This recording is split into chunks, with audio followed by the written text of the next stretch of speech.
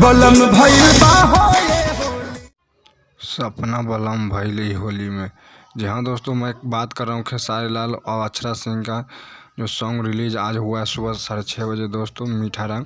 जो खेसारी लाल का सॉन्ग है जो ट्रेंडिंग में चल रहा है दोस्तों, यूट्यूब पर धमाल मचा रहा है दोस्तों। यूट्यूब पर 21वां नंबर पर ट्रेंड कर रहा है दोस्तों। तो आप लोग देख सकते हैं, बहुत कमाल का सॉन्ग है, बहुत ये खेसारी लाल का फेवरेट सॉन्ग है दोस्तों।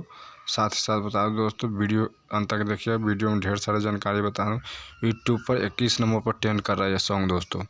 जी हाँ दोस्तों, तो वीडियो अच्छा लगे तो लाइक और शेयर जरूर करिएगा। कुछ कहना चाहे तो कमेंट के जरिए बता सकते हैं दोस्तों। अगर चैनल सब्सक्राइब नहीं किया तो सब्सक्राइब कर लीजिएगा दोस्तों, ताकि हर वीडियो सबसे पहले आप तक अपडेट मिलता रहे दोस्तों।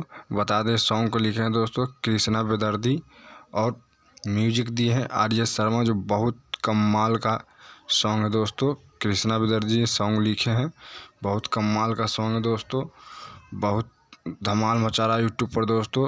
अभी तक के 88,000 से ज़्यादा लोग लाइक कर चुके हैं। तो वीडियो अच्छा लगे तो शेयर